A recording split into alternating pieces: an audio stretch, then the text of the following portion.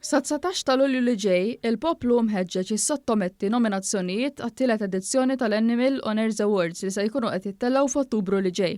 Il-Ministru għall-Agrikoltura, is-Sajt u Drittijiet tal-Annimali Anton Refalo qal li bħala l-akbar ħabib tal-bniedem u xira li ssir ċelebrazzjoni ta' mħabba lejn l-annimali tagħna. Naħseb illi hekk qegħdin nagħtu rikonoxximent l-ewwel nett lill-annimali tagħna kemm jifferħuna u t-tienet ukoll ngħidu grazzi lill-Animal Wildlife, l-NGOs, il-Get Feeders daw kollha li jaħdmu mingħajr ma jitħallsu favur l-interess tal-annimali u fl-istess ħin ukoll dawn l-Animal Awards jiservu wkoll biex nedukaw lill-poplu speċjalment l-itfal biż-żgħażagħ tagħna.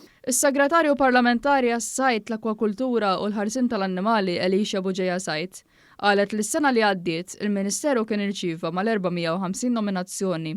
Din is-sena issa se jkomplu jiġu ċċelebrati l-annimali, il-volontieri, il-ħaddiema u dawk kollha li b'xi mod jagħtu l-għajnuna tagħhom f'ġieħ l-annimali. Hija ġurnata fis-sena l-Animal Awards imma tfisser ħafna, tfisser il-ħidma 24/7 illi jagħmlu dawn il-volontiera. Jiena nappella li diversi persuni sabiex jitfgħu in-nominazzjonijiet tagħhom ħalli f'Ottubru propju inħabbru diversi rebbieħa illi se jkollna din is-sena. Il-Kummissarju għall-Ħarsien tal-Annimali Ellison Bezzina saħqet li ta' kuljum tisma' b'diversi stejjer ta' moħħrija fuq l-annimali u għalhekk il-Malta Animal Awards iservu ta' arma li biha nistgħu niġġieldu n-negattività ta' kuljum.